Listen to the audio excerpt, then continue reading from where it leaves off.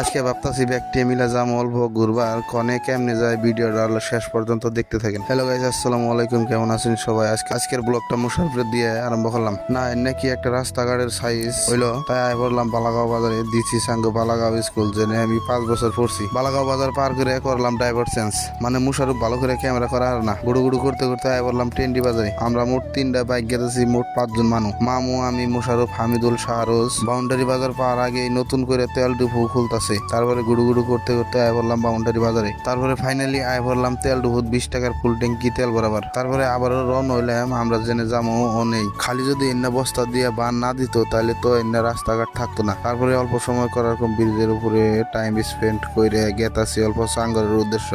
Finally সাঙ্গরে entry মেরে দিলাম। অনেক সময় কাটে অন থেকে আয়া পড়লাম। এখন আবারও গেতাছি মেজির খালাতো ভাই ডেজির বগলে। তারপরে আয়া পড়লাম মেজির ভাই ডেজির এনে দেখি মারুতিও আছে, যেটা চলে না, খালি ফটো শুট করন যায়। এবার ঘুরাঘুরি ব্লগ দেখবার নিকে পেজটা ফলো মারুন।